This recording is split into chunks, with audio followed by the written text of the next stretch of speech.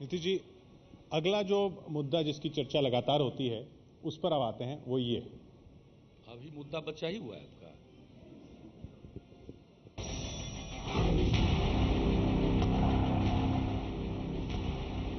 वैसे मुझको पूरी उम्मीद है बहुत दिन गुजरात के दायरे में सिमट कर नरेंद्र भाई नहीं रहेंगे, देश को इनकी सेवाएं मिलेंगी। लाल किले का सपना सपना ही रह जाएगा।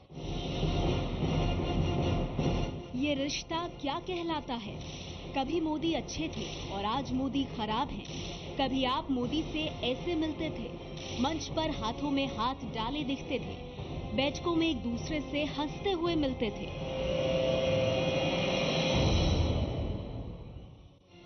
गुजरात में दंगे तो 2002 में हुए थे और नीतीश जी आपने ही तो कहा था कि जो हुआ सो हुआ, तो फिर अब कैसा गिला शिकवा?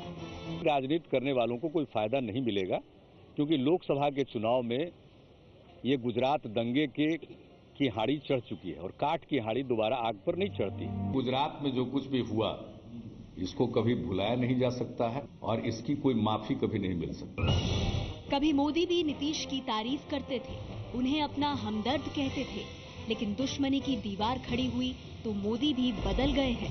लोकतंत्र में इतना अहंकार कभी जनता माफ नहीं करती है। तो क्या किस्सा कुर्सी का है? सब जानते हैं कि प्रधानमंत्री के सपने तो आप ही देख रहे हैं नीतीश जी।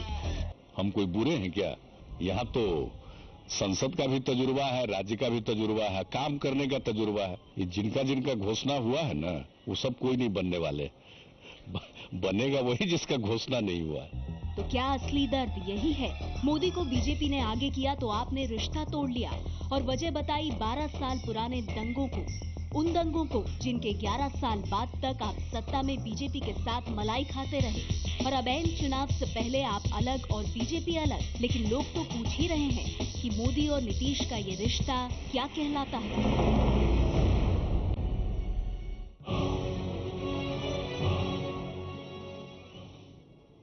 तो नीतीश जी, आप भी प्रधानमंत्री बनना चाहते हैं? सबसे पहले तो आप लोग जो दिखा रहे हैं ये पूरे राजनीति के माहौल को व्यक्तियों तक केंद्रित करना चाहते हैं।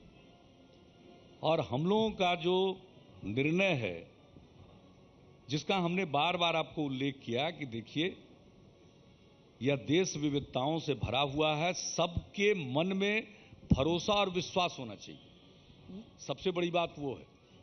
लेकिन आप लोग दो चीजों को, अलग अलग संदर्भ के चीजों को जोड़कर ऐसा प्रस्तुत करते हैं कि जैसे कोई व्यक्तिगत झगड़ा है, कोई हम लोगों का खेत का झगड़ा है क्या? अरे भाई, राजनीतिक विचार का सवाल है। राजनीतिक विचार के चलते मतभेद होते हैं। ये मतभेद है, डिफरेंसेज ऑफ ओपिनियन है, डिफरेंट आइडियोलॉजी है, एक अप्रोच अलग है देश को देखने का, समझने का, और इसकी इज्जत की जानी चाहिए। भाई, लोकतंत्र में आप अगर डिफरेंस ऑफ ओपिनियन का मजाक उड़ाएंगे, कहां ले जाना चाहते हैं? तो कल इस देश से अगर लोकतंत्र खत्म होगा तो इसकी कोई जिम्मेवारी नहीं बनती है। भाई, अगर मतभेद हो तो मतभेदों का सम्मान करना चाहिए और रास्ता निकालना चाहिए, जनता फैसला करेगी। हम तो कोई बहुत बड़े आदमी नहीं है, मामूली से स्टेट में काम कर रहे हैं। हाँ, इस स्टेट का इतिहास बहुत पुराना है, गौरवशाली है, और हमारी कोशिश है कि हमारा राज्य फिर से उस गौरवशाली स्थान को प्राप्त करे। उसके लिए पहल कर रहे हैं, प्रयास कर रहे हैं। एक छोटी सी कोशिश है। हम कहां अभी दावा कर रहे हैं किसी चीज का? जो बात कही गई है वो तो बिल्कुल मजाकिया लहजे में कही गई, और लहजे में कही गई है और मजाक में ही कही गई बात है, तो आप लोग कभी उस पर ध्यान देते हैं क्या? भाई, किसी का पार्लियामेंट का एक दिन का तजुर्बा नहीं, किसी का स्टेट चलाने का तजुर्बा नहीं, और आप लोग आमने सामने खड़े किए हुए, कहीं एक्सप्लोर तो कर ही नहीं रहे हैं।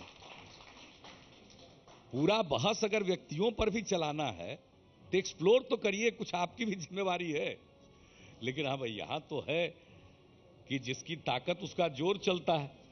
तो हमने उस पूरी स्थिति पर एक अपना मेरी वो हास्य टिप्पणी है अगर इसको समझना है तो समझिए, नहीं समझना है मत समझिए। इसका मतलब थोड़ी है कि हम ही बन जाएंगे। वैसे हम बुरे भी नहीं हैं, हम बनेंगे नहीं, लेकिन हम बुरे भी नहीं हैं। मेरा कोई ख्वाब नहीं है।